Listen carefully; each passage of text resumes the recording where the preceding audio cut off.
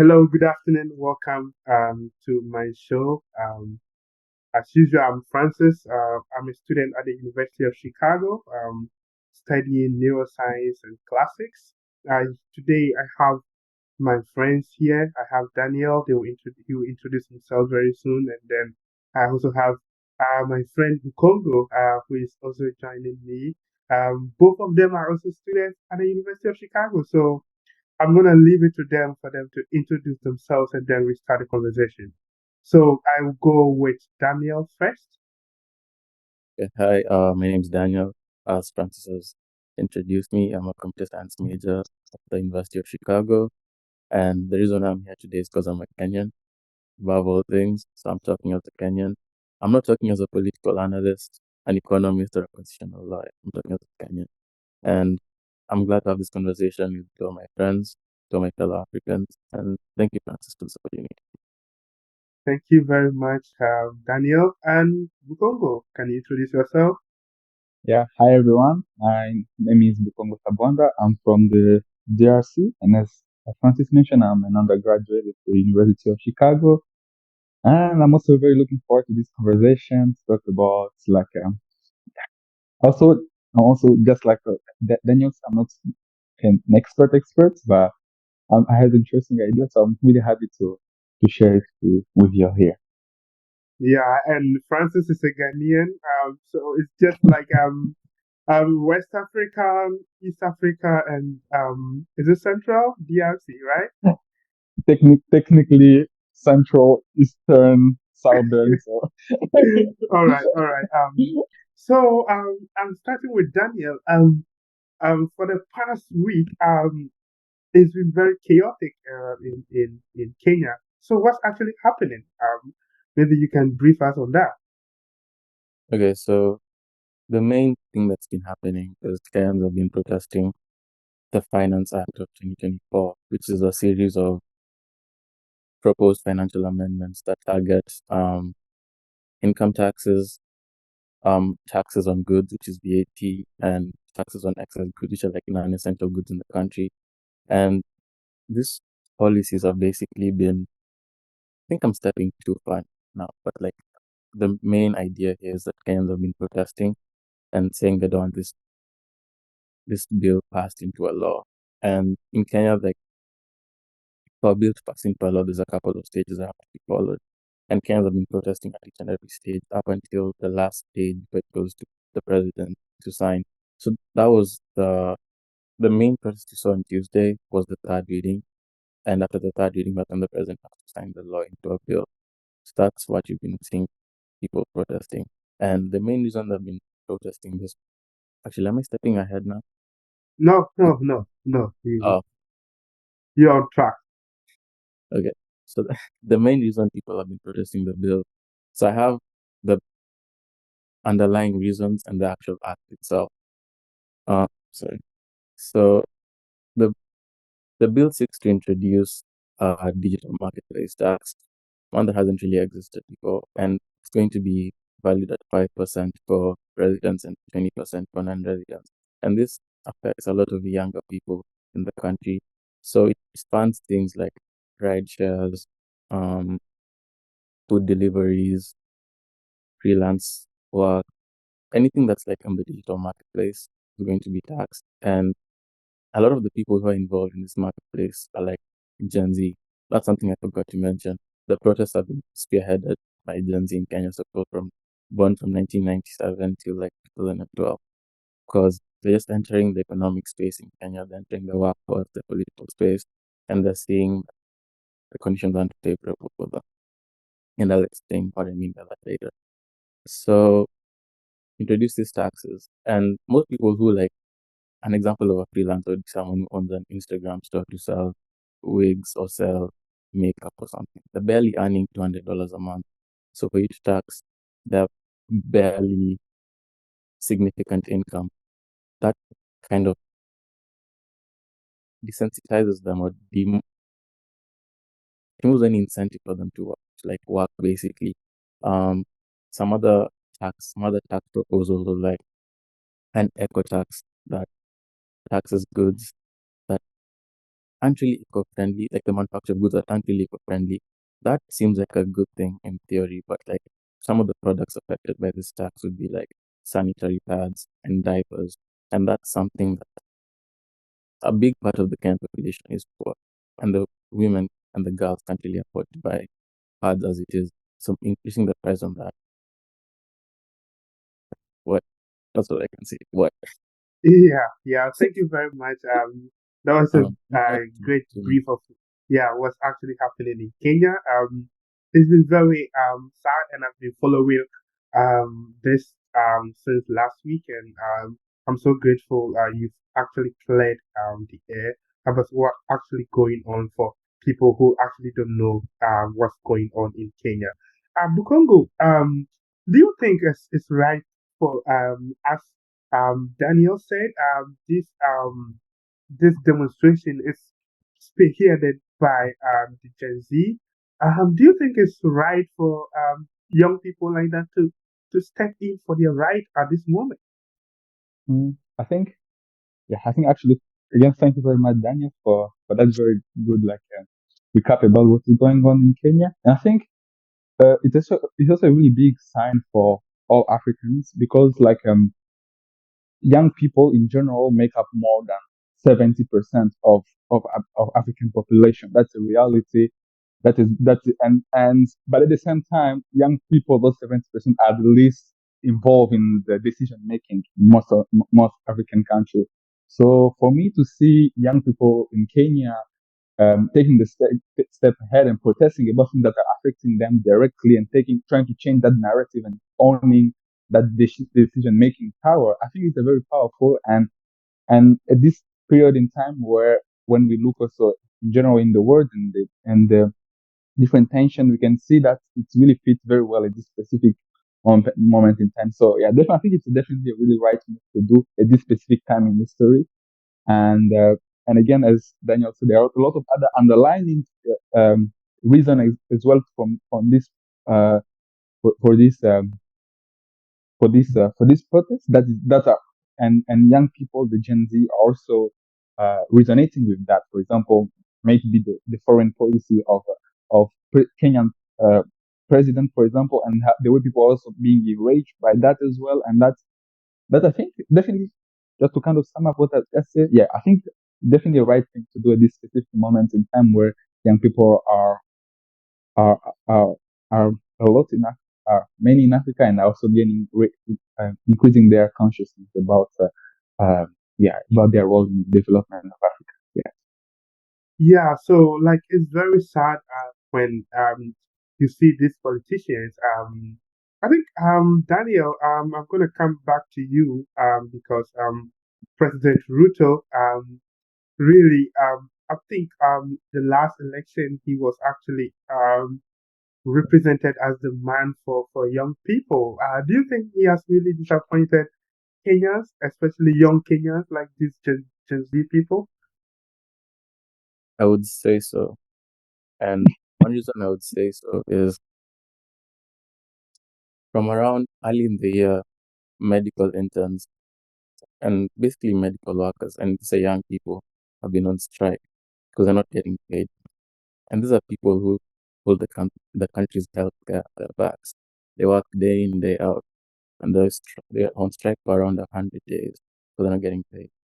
And in the same time when this is happening, Ruto is talking about introducing 15 new positions called the CIS. What does that even mean? Sorry, I need to look this up.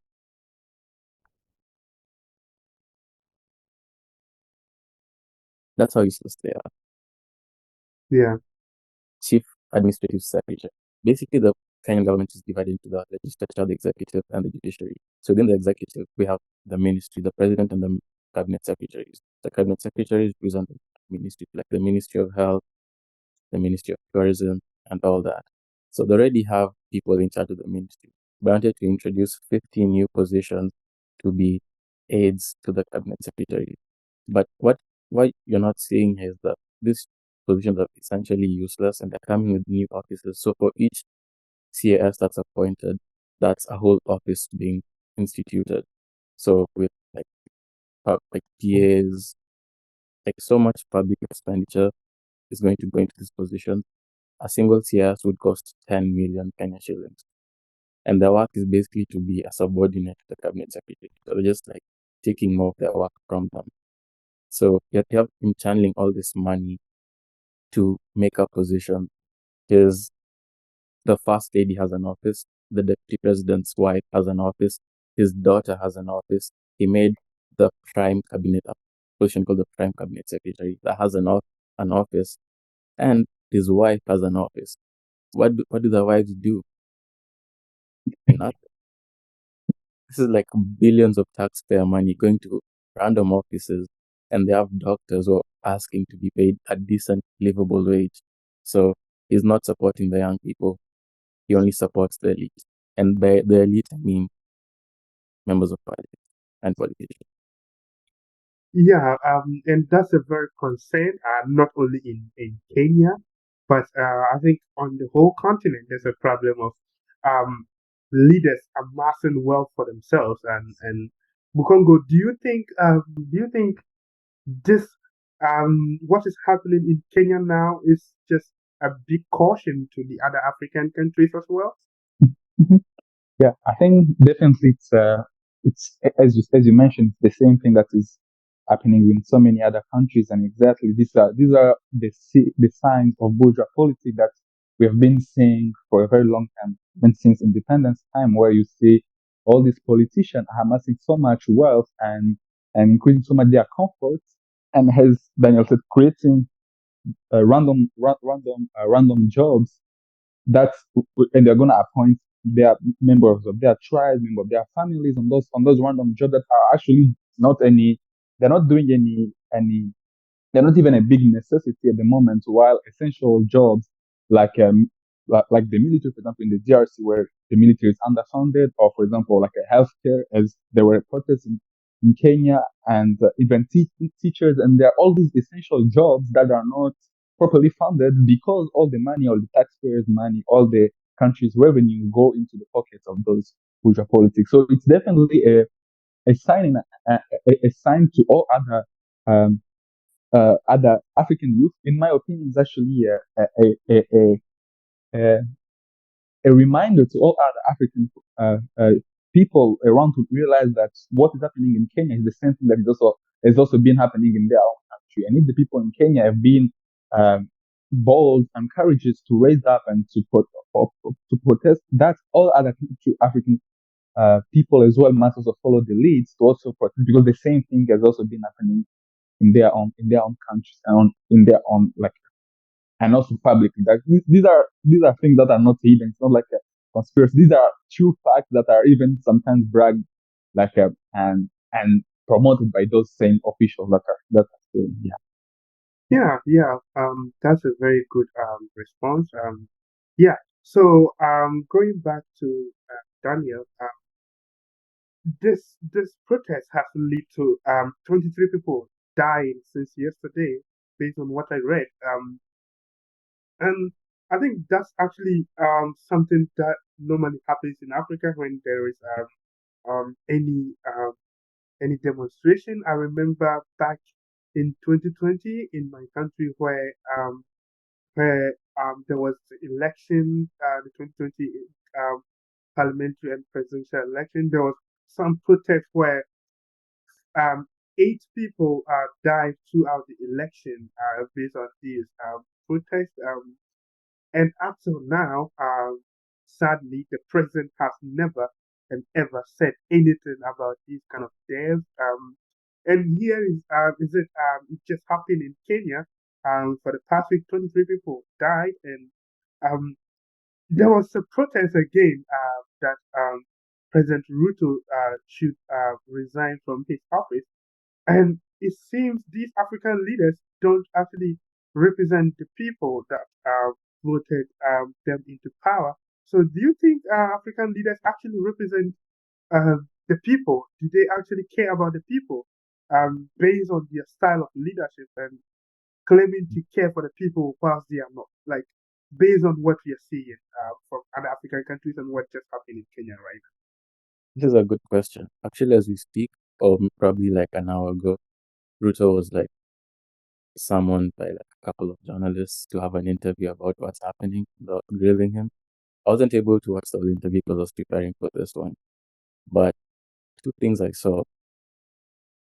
So last Thursday there was like another string of protests. It was less monumental than the Tuesday one, because also after the deaths people also got scared. Some things also shake up a potential revolution. But a couple of policemen went to Rongai and they shot a 12-year-old boy 8 times and he died. And when Ruto was asked this a few hours ago, a journalist asked him, "What would you tell the mother of this 12-year-old child who's been shot 8 times?" The first thing he said was, "But the boy is alive, right?" Couldn't even get his facts right. The boy is dead. And when he was asked about the 24 deaths that happened, he only said that, and I'm not quoting him word for word here, but he only said that that's tragic, but $1.2 billion shillings worth of government assets and property has been vandalized and looted and burnt. So he quickly transitioned from, he didn't even acknowledge that like the people are dead. By acknowledge, I mean send out his condolences and say that this won't happen again. He quickly went to talk about property, and that's a problem I have with African leaders. They're more interested in property, assets, and their wealth. They don't care about human lives. You can see this one more illustration. He sent out 400 Kenyan policemen to Haiti under the leadership of the Biden administration, who paid him $200 million to this. He only paid them $155 each to go on this mission. $155 to go on a mission that essentially is a suicide mission. Can someone who values Kenyan lives or human lives do this? Yeah, it's really sad. Um, like looking across that continent. Yeah. So, Congo. Do you think the youth, or because statistically, we are the youngest like continent on this planet, and it seems the young people on this continent as well are not actually getting what they are supposed to get because of bad leadership across the continent. Do you think the youth should keep on rebelling? Just maybe to first like react to what Daniel has just said. I Yeah. think the politician only cares about the people during election times. That's the only time where they're really down to the people. That when they come to the people, they bring stuff to the people. But after the election, they don't do it. Again, because the system has been set up in the sense that people can only affect anything through election. Of course, also through accepted protests that may not necessarily be like lead to fruitful results. So in the meantime, between the start and the end of the term, the politicians don't care anymore, and they keep amassing so much wealth. And actually, I was also about to criticize the sense of the police officers in Haiti, by seeing again how even those people who are being used are also exploited at the center. So you see, like just how Yeah. wicked this politician can get. And when to talk about like the fact of like for young people, I think that's a reality. I think also that's what Kwame Ture, formerly known Toki Kamako, was saying about because we as a people, we are a resistant people. African people, Afro people have already been are a resistant people, and as long as we don't get our liberation, as long as we're not getting a point where we can fully enjoy the fruit of our labor, we can fully enjoy our resources, we'll keep rebelling, we'll keep resisting, because that's the only way.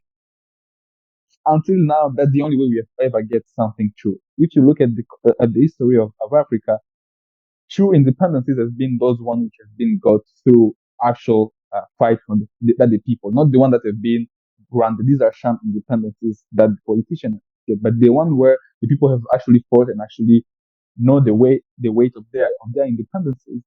These are the one which are much more valuable. And in the same thing, to get anything, we have to resist, we have to fight, and until we get what we really need for our true development, we'll keep fighting and we'll keep rebelling. All the young people around Africa, and yeah, is that the only way we'll manage to make a change?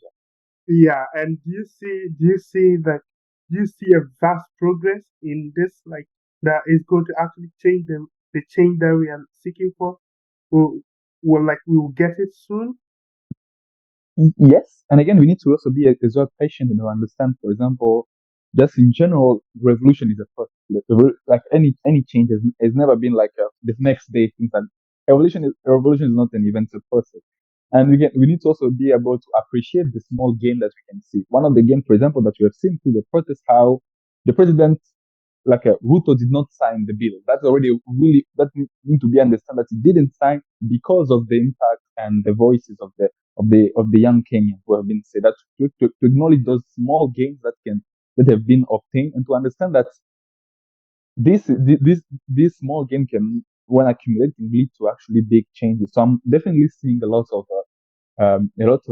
victories and a lot of gains that have been going through. Like when young people and the people in general resist, we have also seen that as well in Niger when the people have actually joined together and supported the the the military the military junta, and how their uprising have actually given even more strength to the current regime to drive away the French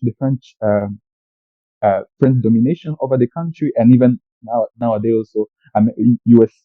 Domination over the country. So you can see that there are actually a lot of victory and a lot of gain that are going through when people mobilize, when people are have in mind and have a clear conscience of their desire for a better for a better future, a desire for change, and when they manifest that, there are victories. Definitely, we are seeing a lot of progress and we are seeing a lot of gains as well. But of course, the path is still long. There's still a lot to carry on. Like there's still a lot of things to change. So yeah.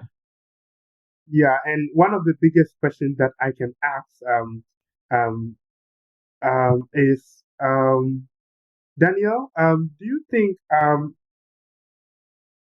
democracy is for us as Africans? Do you think democracy is actually ours? Like, do you think that style of government suits the Africans? Like, or should there be any alternative style of governance? Okay. Um, First, if I get into that question, I want to kind of like reply to something the Congo said. So it Yeah, seems we're making progress because Ruto declined to sign the finance bill. But that was actually a tactic to kind of stall the protests and kind of stall things, because legally in Kenya, if the president doesn't sign a bill in 14 days, it just automatically becomes a law. So what you can do when a president gets a bill, he can either sign it or send it back to parliament for amendments, and it will just keep going back and forth within that 14-day period until they reach an agreement and he signs it, or he doesn't sign it and just automatically becomes a law, which to me is, I don't even know why that's a thing. Like, that's such a insane loophole. And I don't think that most African governments are democracies, because there's rarely ever independence between the different arms of African governments. So you find the executive having a big influence on the judiciary or on the legislative arms of government. And I don't know if that's by design, if we inherited flawed systems. I'm not too educated on this. Maybe Bongo would know more. But how I see it is democracy does not exist in Africa. Congo, what's your take on that? Yeah, I'd like just to kind of highlight on that, and yeah, what you said about how that's being just the tactic, and again, that's the law, that's the way judiciary system and the legislation have been set up. That's democracy, right? It has been put in such a way that you cannot actually influence it. Even the people decide to move it again.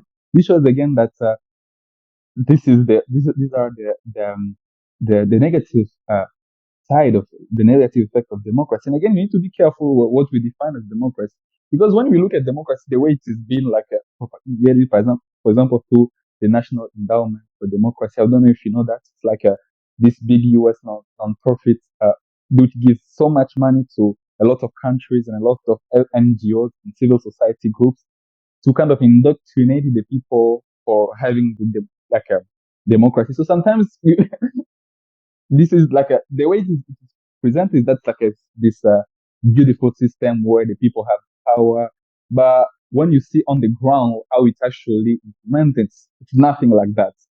And as we said again, people have only the possibility to change things during election time. When again, those elections are actually, the results are actually accepted. And we all know about how this election can be tricked. So the entire apparatus of democracy, I think the way it is applied in African countries is not like suitable for the development of African countries because it has been set up in such a way that it maintains the power of the political class and at the same time it prevents the people from actually changing anything. And at the same time it also gives so much like it's yeah it just weaken any voices that can try to make a concrete change and that's why in my opinion I do think that democracy, at least the way it is presented, the way we see the results, needs to change. We need to divide new alternatives. We need to find new ways of governance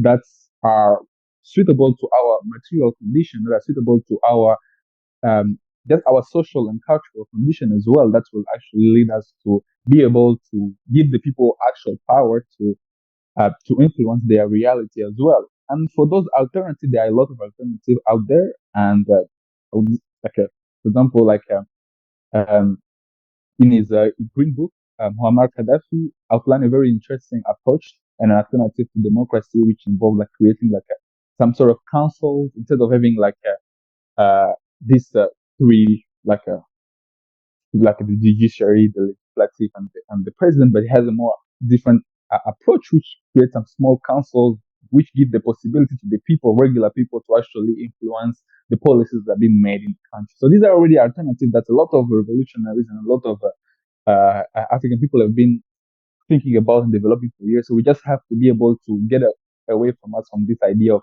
seeing democracy as the ideal and to actually to be critical toward it and then to embrace the alternative that our people have already been thinking about. So, Oh, all right. Yeah, it's really interesting because with this kind of taxing issue, it's actually one of the most concerning issues on the continent because in Ghana, 2 years or 3 years ago, the government imposed an electronic levy tax on the people, and we were actually looking for something like this that have been is happening in Kenya right now, but um, there wasn't. And when this thing happened, I'm really happy to see this kind of change that people are actually standing for their right. And I wish that could have also happened in Ghana when the electronic levy tax was was signed and that bill was passed. And I was really devastated to see something like that happen. But this shows that there's a great change. There's actually a great revolution coming. And now, Daniel, the opposition leader, which is who is Raila Odinga, if I'm right. So, do you think this is the right time for him to also find a way back on his political track to gain the favor of the people? Um, from a political perspective, obviously, because he's led anti-government protests before. This is not the first time Kenyans are protesting. In the past year of Ruto being president, we had these things called Mandamano, where Raila would lead young people to protest against the government because of different issues. This is not the first finance bill we are kind of against. Last year in 2023, we had the Finance Act. It didn't lead to major protests, but it instituted something called the Housing Bill, which would basically introduce a 1.5 income tax on public servants to basically go towards affordable public housing. But the thing is, people wanted for that because they knew this was going to be potentially a cash grab, and we don't have the resources for that currently. So people were against this bill. Ruto also doubled the VAT on petroleum from 8% to 16%. There's a lot that the Ruto administration has done wrong, and everything leading up to now, up to this 2024 finance bill, would definitely be a huge opportunity for Ruto to, not Ruto, sorry, I'm confusing the two, for Raila to gain the opinion, the favor of the masses. I'm not sure what Raila's policy will be. I haven't read into it, so I can't vouch for him or against him, but it's definitely a prime opportunity for him. Yeah, and you made mention of policies. Now, like, do you think African policies they are actually real policies because we don't see them after enacting all their policies, especially during their campaign seasons and other things? Like, you see them having these kind of policies, and we don't actually see them. Do you think those policies are real policies from Okay, African so leaders? sadly, they're not, because here's the sad bit. The average Kenyan, maybe the average Ghanaian, isn't as politically aware or informed. So they won't really start reading the political parties' manifestos. So the politicians water down their policies and their manifestos, and they'll water them down into slogans. So Ruto's slogan was bottom up. So you're basically like empowering the the minimum, not the minimum, it's the, how do I put this? You know what I'm trying to say? Like workers who are on the grassroots level. So like It- mama yeah, boga, so grocers, people who ride bikes and transport people in bikes. So basically, it was just, sorry, the word is escaping my mind. But he tries to target the majority of the population who are low income by saying he'll introduce this or that. You're saying how he'll introduce Wi-Fi in open air markets, so Burger can like effectively transact like their businesses online. So he'll just use terms to like buy the people during like his campaigns. Once they actually start working, they introduce totally different policies that people didn't see coming from anywhere. This finance bill is heavily backed by the IMF, because the IMF has kind of like, they released like some documents that like detail this fiscal plan that like Kenyan, I think most African countries are supposed to implement sequentially to prevent like backlash from the masses, because then they're going to be heavily punitive on people in terms of like how much they're getting taxed. So it's like, to some extent, a lot of the policies that we're seeing right now aren't even from Kenyans. To me, it's like a form of colonialism. I can't really put my finger to it, but it's like you don't really have sovereignty or an understanding as Kenyan people of like what the government is doing. And this protests have kind of made the Kenyan youth more radicalized and more aware.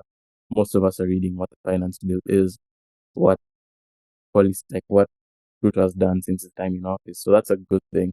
More Africans and more Kenyans are becoming more aware as to what's happening and how they're getting shortchanged. So I like that part. yeah. Bukongo, what's your opinion on that? Uh, yeah. First, to talk a little bit about like the case of Haile Odinga. I think if we just remain in the political arena, yeah, it's a good opportunity for him as a politician to try and to regain more like more public support. But at the same time, the Kenyan people to still be careful because the same usually because that is again the trend that we have always seen throughout Africa when we see these politicians when they were in the opposition party, they are so vocal and they're most radical, but just give them one post in the government and they're gonna change completely their minds and or or when they will become president, they just completely forget the mass and forget everything. So to keep in mind to understand that the people must are the one who are carrying the change, not necessarily the politician who will be carrying the change. And talking about the idea of this African policy, I think two things. One first about like the lack of way to hold politicians accountable for what they do. Like I think that's something that is really missing. And usually protests are the good way to actually hold politicians accountable. But we see again the police repression, how much sometimes it's not effective. But that I think that is lacking because African politicians can then set up, say any plan, say anything, but after there is no any way to check that. There's no any way to actually um, like to give, for example, but to actually hold accountable the people who say they will do. There's nothing, and when election comes, they will do this. They say the same thing, and people forget again because, as Daniel said, like there is again this people are not as politically educated as which would give them the ability to really judge and really question uh, more in depth all of this. And the second thing as well is that idea exactly all this quote unquote African policy being foreign inspired. As it has been said, this financial is completely IMF backed and IMF inspired. Yeah. And it's not and it's just the first one. It's not only IMF, also the World Bank, which give those these quote unquote projects for development, Africa, and who all these other strategies to politicians who then present them as their own. But again, this we need to understand why the IMF and the World Bank are so interested in this again to maintain because because because it is inscribed in the larger imperialism and neocolonialism, which use exactly IMF and the World Bank as their economic branch to operate and to maintain their domination over African countries through these bills that not profit the people, but actually profit the multinationals who are gonna invest in the countries and will give more profit to the imperialist metropole. So that's definitely one thing which is good to know, and I'm really happy as Daniel said, like the young people are becoming more radicalized to understand exactly those links because sometimes when this link, this connection to to foreign powers, to the IMF, the World Bank, to imperialism are not so explicit. That's when people can be easily like a lied to. Because, for example, by now, because people have realized how much Ruto has been so kind with Westerners, they realize that the problem is not necessarily what to say, but it's him as a president himself who has been um, so so subject, I would say, to those foreign entities. And again, this is again the result from this radicalization. People actually understanding and seeing this connection with imperialism. So yeah, that was my take on this. Yeah. So, Daniel, do you think um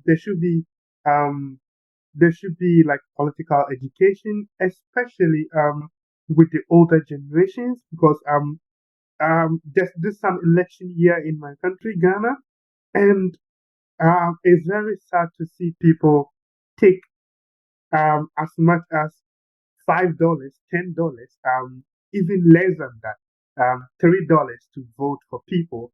And I completely understand these people actually don't know the implication of what their term, the power of their term, and whatever. So, do you think there should be more education, more political education to the people at large? Yeah, I certainly think so. And I think this education can come across in several ways. Can be institutionalized into the education sector because if you start learning things when you're young, you become more politically aware. So in our education system, we were taught more about like the structure of government and all these things, but we weren't introduced to politics. I only started reading about African philosophers and people like Franz Fanon once I got to Chicago. I didn't even know about these people till I left the country. So I feel like all this like African thought should be introduced to the education system. Another thing that can really help is making the media less biased and less controlled by the government. So, an instance during the protest on Tuesday, a couple of the media houses were threatened by the government to be shut down if they aired what was going on. And some of them probably complied, but a few of them released statements. Like there's one called Peter and released a statement saying that it's been threatened, and but it's still going to serve the public and it's still going to show what's happening. And since then, it's been showing like news um sequences on like what the finance bill is, what its implications are, and just the media has a lot of influence on public education and public opinion. And that's something we all know, but it's just good to like restate. And another medium for education is going to be the young people, Gen Z. The people are getting radicalized because which old person is going to go back to school to learn politics? No one. Yeah. It's just us who can teach our parents, tell them, okay, you've been saying this is a good politician, and every time you vote him in, he comes around and changes his mind. But then the next election cycle, you're voting for him again because he's promised you to change, but he's done nothing in the previous cycle. It's us who can, since we're the ones who are aware, we're the ones who are on the ground now. We're growing into this position of political involvement, but it's like we're the ones who can teach the elder generation. So I think those are the three. Yeah. Bukongo, do you have anything to say about that? Oh yeah, it's just to add on like the different ways of education, because sometimes also when we think about education, we sometimes fail by focusing only on schools and lab, which are institution of the country, and as institution they will try to enforce the status quo. So sometimes it can be really difficult to expect from such institution to actually help us to resist the institution at the same time. That's a very good thing to usually think about. But definitely the other ways like through media and as like to make it more popular and to make it more democratic to some extent, to give it in the hand of the people, not only the official news outlets but also just social media as well, which has been a good tool nowadays for people to understand things, because they're not having to rely anymore on journalists, but actually people can make their own opinion about things, and that's sometimes also change the way people think about things. But also the other thing to keep in mind is also the role of the church and the religion, which has been also another form of education to understand again also as an institution.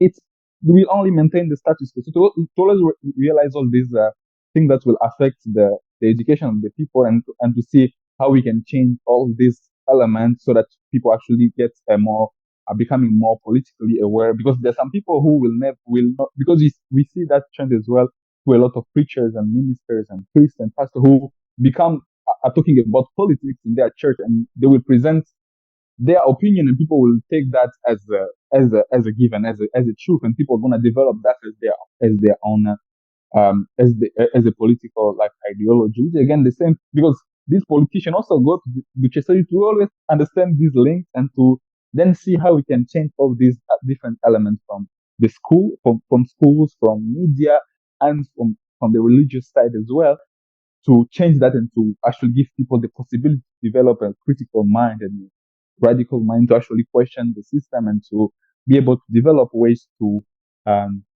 think about alternatives and how to actually fight their own for their own rights. That's so far my opinion is that all these like institutions have failed to do so because they've been maintaining the status quo, and yeah.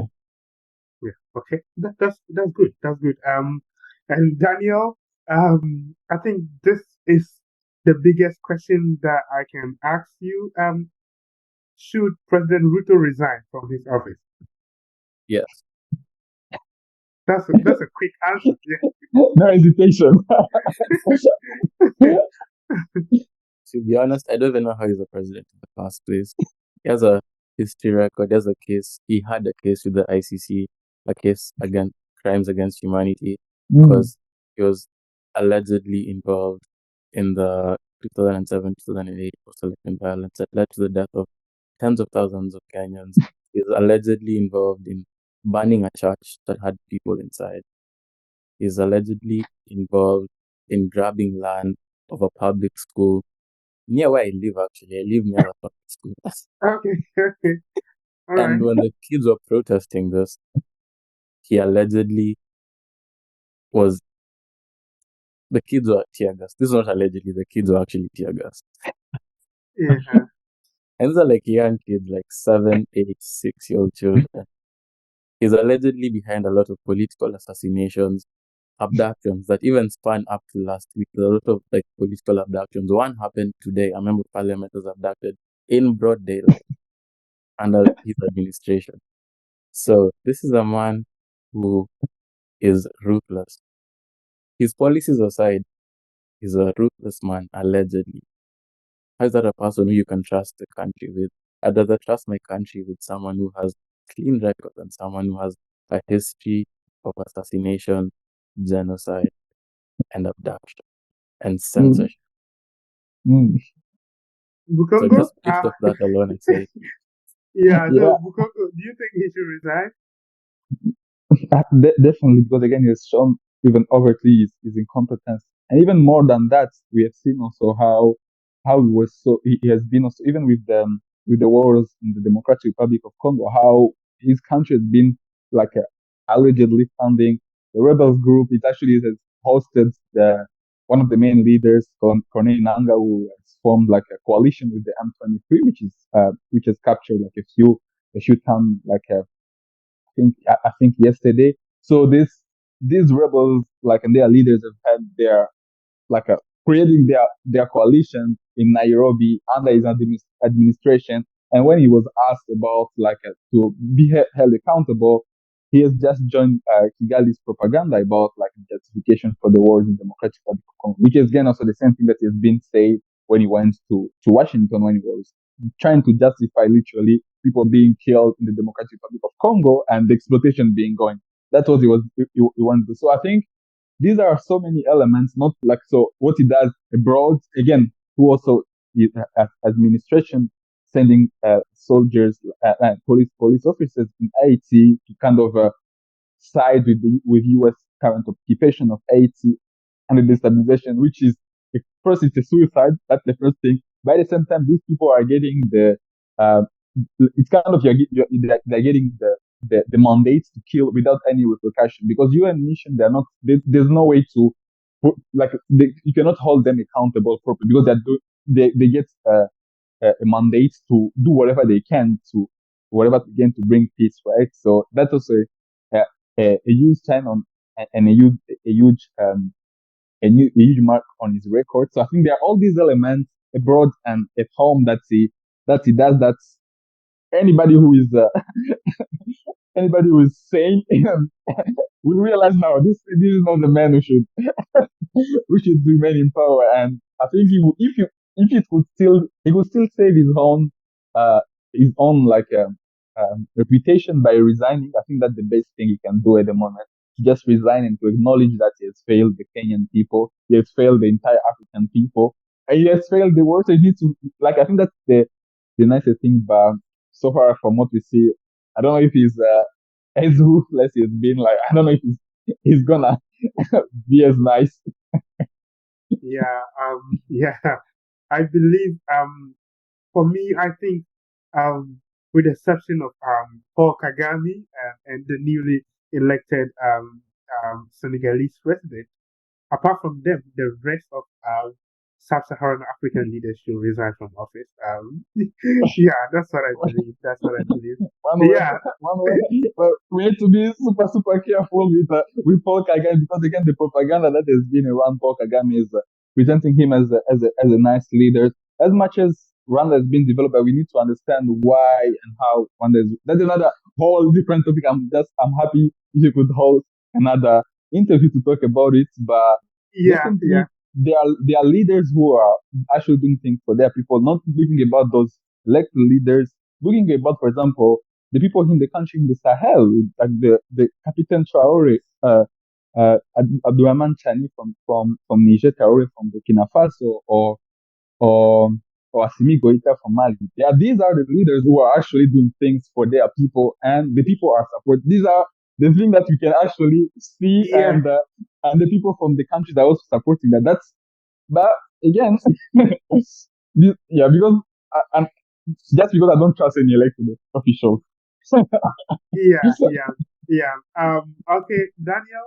So, what do you think the diaspora should do right now to also help in this protest or whatever is going on? How do we also contribute to whatever? Because we are not physically in Africa right now. mm, this is a good question. It's an existential question for me because I'm Kenyan and I'm not in Kenya right now. During the protests, they shut down the communications. I couldn't even talk to my family. And it just left me wondering. I've been trying my best to spread awareness. I've been at loggerheads with a lot of the so-called African groups. student African groups across the top 20 schools in America, not just ours, to like raise awareness on this issue. Yeah. And some have been successful, some haven't. But at some point, I stopped and asked myself, what does awareness really do for us? Because I'm spreading awareness in the West that has oppressed Kenya and Africa, the West that I'm wondering what does spreading awareness really do? One thing I've done though, as me myself, is like contributed to those like a fundraiser going on for the affected families. That's where I helped. But I don't want to be contributing to fundraisers. There shouldn't be fundraisers in the past. It shouldn't even be happening. So I'm afraid, as it is, I have no answer for this question. Because the only solution I had was fundraisers and raising awareness. But both of them are inherently flawed to me. Bukongo, do you have a solution? Maybe he has. Yeah, I think definitely to add to that, it's definitely one of the big challenges of, as we call it, like being in the belly of the beast, where all the problem comes from, like how you, because how are you raising awareness?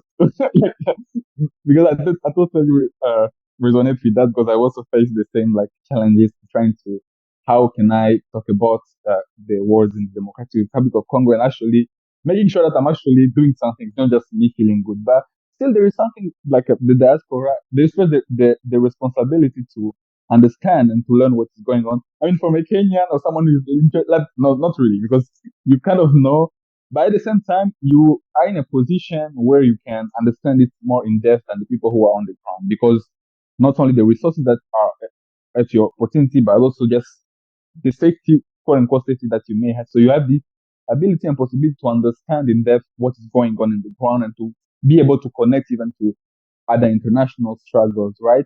And then as your responsibility then to find a way to connect and to spread awareness and to connect with people who are on the ground and organize, for example, or people who are just to kind of give your perspective, because it's still also a valid perspective.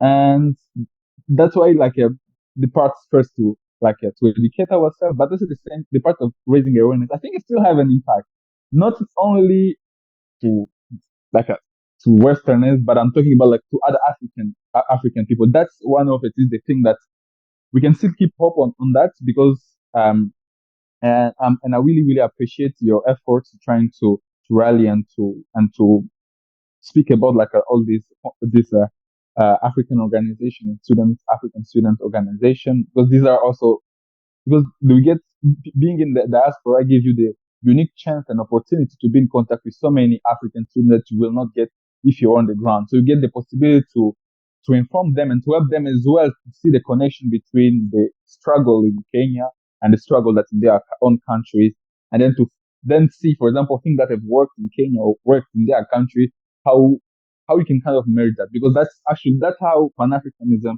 has emerged by a lot of African people and Black people coming together and seeing the interconnection between their struggles and then to work together through that. I think that is a small thing that can be done on a material level. Of course, there is a supporting through fundraisers, supporting on organization on the ground, because there are already people who are doing some work. So giving their support to that, because there's also sometimes the pressure to actually to make our own organization, but there's no need for that. There's already a lot of organization on the ground doing so much work, and what we can do is to give them a voice over here and to share the light on the actual good thing that they are doing, and to give them the support as well, and waiting until we get the possibility to go back to the motherland to actually get hands on to kind of prepare ourselves, because Yeah, that was yeah. yeah. Thank you very much. Bukongo, I think this is the final question. And I'll start from you, Bukongo, again. I think, okay, in my country, Ghana, this is an election year. So, there will be an election, in December. So, what advice do you have for young voters, in Ghana right now? Mm.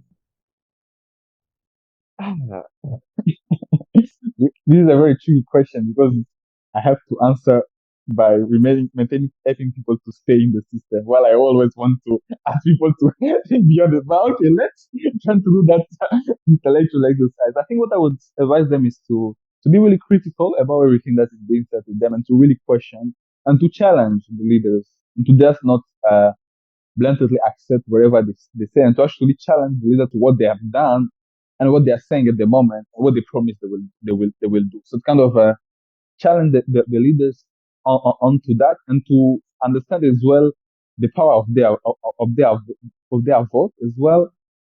And even if again, that's what I'm saying. I'm so skeptical about electoral system, because I was about to say you can even abstain, but I realized that in our country, when you abstain, it means that you vote for someone else. Yeah. So I think the thing is to, if they want to vote, because definitely it's a good thing to vote. If they want to vote, to really challenge and to actually put some weight on their vote. And if they are not happy with that, I mean, for me personally, I support them for mobilizing as well, and also showing their anger, because they are. If there's no option, you are not forced to take the less of the evil. You can actually ask for another option. You don't have to take the less of the evil. That's my take. But yeah. All right. Thank you very much. Daniel, do you have any advice for young voters in Ghana right now? Yeah, okay. One, I'd tell them to participate, turn up and vote. Because a lot of people aren't really politically active, especially the younger people. We're not sure whether the election process itself is transparent or not, but just participate in them. Second, don't take what politicians are saying at face value. Don't trust their words. Look into their history. Look into what they've done. See if they're competent enough. Don't trust their handouts. The handouts will come back to bite you. The money I give you you'll end up losing it immediately they're elected. It's not worth it. Yeah. Next, when they're having their campaigns, ask questions, call them out, attend those campaigns, listen and learn from them. Don't get swayed by them, but learn and make a good decision. Don't focus on tribe, focus on the value of the man. Yeah. Thank you very much for you guys. I think you've really done well for joining this conversation. It was so great talking to you. And Daniel, as for me in Bukongo, we are here in Chicago. Have a great time in Seattle. And we wish to see you soon. During um the fall quarter to see you. And then yeah, we have a great time together. That was a great conversation.